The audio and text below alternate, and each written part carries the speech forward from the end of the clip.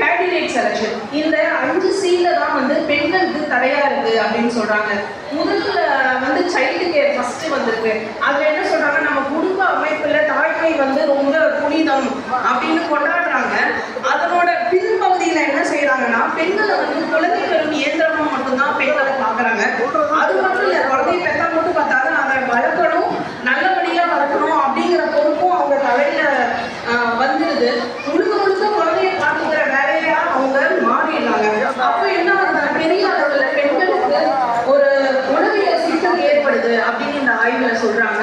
அந்த ஆய்வுக்கு உதாரணம் என்ன சொல்றாங்க, திடீர்னு ஒரு குழந்தைக்கு உடம்பு சரியில்லைன்னா அதுக்கு காரணம் நாம் தான் அப்படின்னு உச்சம் சொல்றதுக்கு முன்னாடியே பெண்கள் தனக்குள்ளேயே அந்த உளவியல் சிக்கல் வந்து உண்டாயிட்டே இருக்கு. அதுதான் வந்து பெரிய தடை அப்படின்னு ஒரு ஃபர்ஸ்ட் லிஸ்ட்ல சொல்றாங்க. அதுக்கப்புறம் வந்து ஒரு குழந்தை தப்பு பண்ணுச்சுன்னா என்ன சொல்றாங்க, உடனே அம்மா எப்படி வளர்த்துருக்காங்க பாரு, இதை எப்படி வளர்த்துருக்காங்க பாரு. இது குழந்தையா இருக்கவங்க மட்டும் இல்லை, அவங்களுக்கு ஒரு பொன் குழந்தை பிறந்து அவங்கள கல்யாணம் பண்ணி கொடுத்தாலும் அந்த பொண்ணு போற வீட்டில் என்ன சொல்றாங்க, அம்மா எப்படி வளர்த்துருக்காங்க பாரு, எங்கேயாவது வேலை செய்ய தெரியுதா இவங்களுக்கு அப்படிங்கிற பழியை ஈஸியா வந்து பெண்கள் மேல சுமத்திடுறாங்க.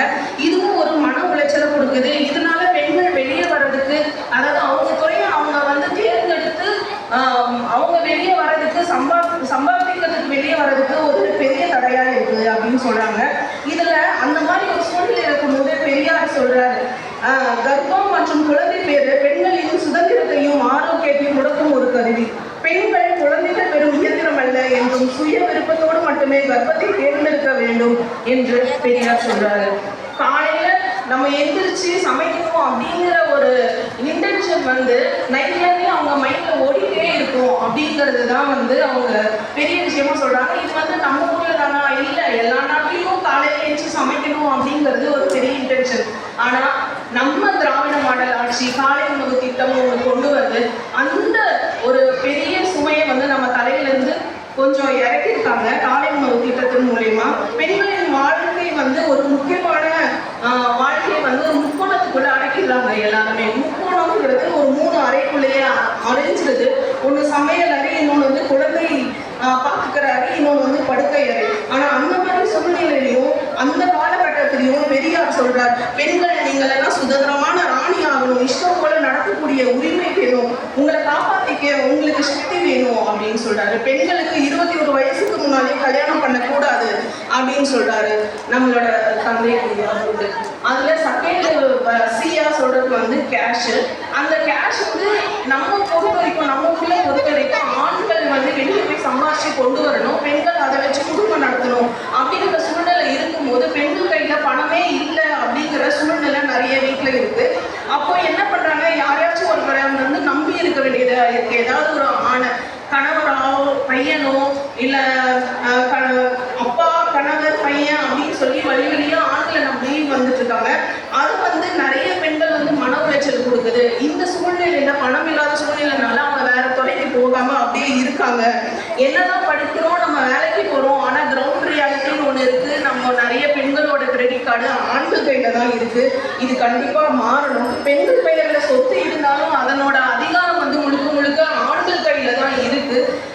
சொத்துரிமை வந்தாலும் இன்னும் வந்து நிறைய சொத்துல வந்து பேர் மட்டும்தான் எடுக்குமே தவிர அதனோட அது சம்பந்தமா எந்த டிசிஷனும் நம்மளால எடுக்க முடியாதுங்கிற சூழ்நிலை இருக்கு. ஆனா பெரியார் சொல்றாரு, புருஷன் வேணாம்னா என்ன பண்றது, கஞ்சி யார் ஊத்துவா, அந்த நிலைமையில பிள்ளைங்களை வைக்காதீங்க அப்படின்னு சொல்றாரு. அவன் ஊத்தாட்டி போறான், நான் வாத்தியார போறேன் அப்படின்னு சொல்லுங்க. தாய்மார்கள் எல்லாம் நாளைக்கு நீங்க ஏரோப்ளைன் ஓட்டணும், சந்திர மண்டலத்துக்கு போய் குடியிருக்க வேணும் அப்படின்னு சொல்றாரு தந்தை பெரியார். சொத்துரிமை அப்படின்னு நம்ம சொல்லும் போது இங்க திருமணமான பெண்கள் வந்து நிறைய பேர் இருப்பீங்க. நம்ம பொதுவா என்னன்னா, திருமணம் முடிஞ்ச உடனே கணவர் வீட்டுக்கு போகணும் அப்படிங்கிற சூழ்நிலையில இருக்கும்போது நம்ம திருப்பி அம்மா வீட்டுக்கு போகும்போது நம்ம ஒரு விருந்தாளியா தான் போவோம்.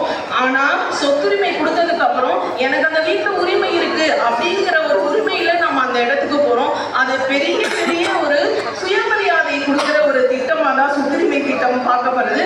அது பெரியார் மாநாட்டில் தீர்மானமா கொண்டு வந்தாரு.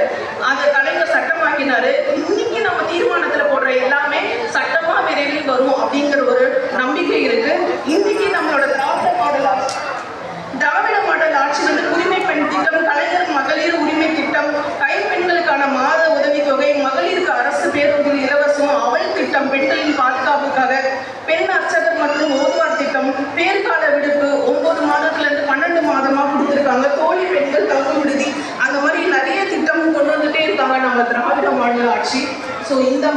இந்த திராவிட மாடல் ஆட்சி மீண்டும் வர அனைத்து விதமான ஒத்துழைப்பும் கொடுப்போம், ஒன்றுபடுவோம், வென்று காட்டுவோம். வாழ்க பெரியார், வளர்க பகுதி.